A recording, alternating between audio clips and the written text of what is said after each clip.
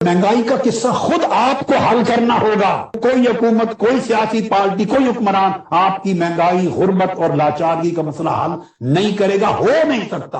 हुक्मरान, सियासतदान और बड़े लोग, मुल्क, सल्तनत, रियासत चलाने वाले, वो इन जिम्मेदारियों से फारिग हो चुके। उनके फराइज में ये नहीं है। अब उनके फराइज में गाली गलौज, एक दूसरे का सर काटना, एक दूसरे को बदनाम करना, इदारों को लड़ाना, जंग व जिदाल करना, पूरे मुल्क को दोज़ख का एक मंजरनामा बना देना, उनके फराइज अब ये रह गए। लोग भूख से मर रहे हैं, महंगाई की आग लगी हुई है, गुर्बत है, इफलास है, परेशानी है। सब्जी, प्याज, घी, चीनी खरीदने के काबिल नहीं। जिन लोगों का ईमान मजबूत नहीं था, जिन्होंने ईमान और दीन को कोई अहमियत नहीं दे रखी थी, उन्होंने अपनी इज्जतें बेचनी शुरू, इज्जत सेल पर लगा, इज्जतें बेच रहे हैं, लूट मार कर रहे हैं। पूरी सोसाइटी को इस तरह बनाया जा रहा है जैसे कोई डाकुओं का मुआशरा बनाना चाहे। ये महंगाई का किस्सा खुद आपको हल करना होगा।